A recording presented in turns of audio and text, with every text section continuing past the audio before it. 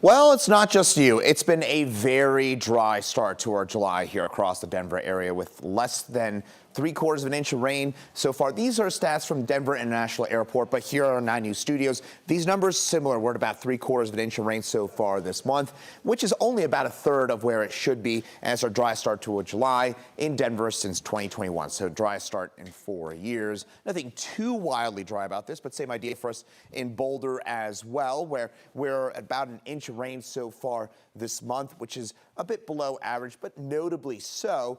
However, you go up to Gley, where you've had a couple of big storms impacting the Gley area, and you're at slightly over 2 inches of rain. And by the way, here, folks, this goes to speak to just the typical hit or miss nature of storms. A lot of you last week, I talked about this last Friday, a lot of you last week did not see a storm despite some forecasts calling for widespread showers and storms.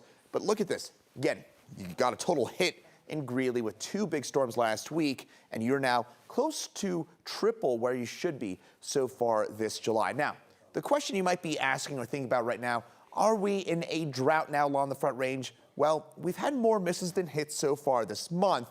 However, we're not historically dry. We've still seen, in most cases, at least 1 or 2 storms this month. And of course, we also had a very wet spring. So April, May, and June were very wet, so we are not in a drought for now. Obviously, if this keeps going into August and September and October, that's where we start getting into drought conditions. But for now, we've had a wet enough spring and we're not historically dry. So we're not in drought conditions yet along the Front Range, but did want to point out the fact that so far this month, we are off to a dry July across most of the Front Range.